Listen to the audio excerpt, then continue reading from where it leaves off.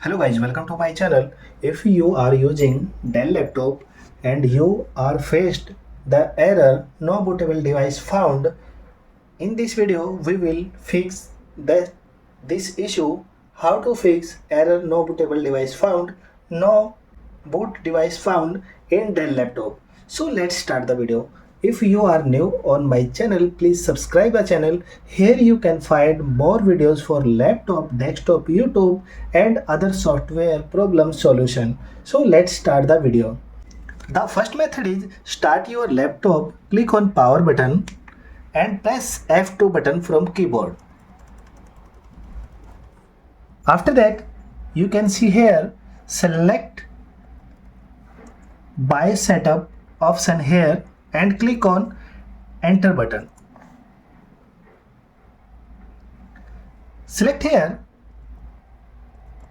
date and time option and set here date or time properly. Okay, click on this option and select here date or time with properly current date time. Okay, after that select here boot sequence option. Okay, if your Windows installed with UEFI mode, so please select here UEFI option. Okay, after that select here advanced boot option and uncheck it. This option, enable legacy option, uncheck, and after that click on this option system configuration. So after that select here SATA operation option and select here ASCII option. If there are read-on option, please select that option, read-on option. Here you can see only two option is there, so select ASCII option here. After that click on secure boot option and expand it. Click on secure boot enabled option and disable. If here is disabled, enable it. Okay, and click on apply button and click on OK button. After that click on exit button and select here F12 press button again. Okay, click on here diagnostic option and hit the enter. So wait for some time. Here we check our hard disk is working or not.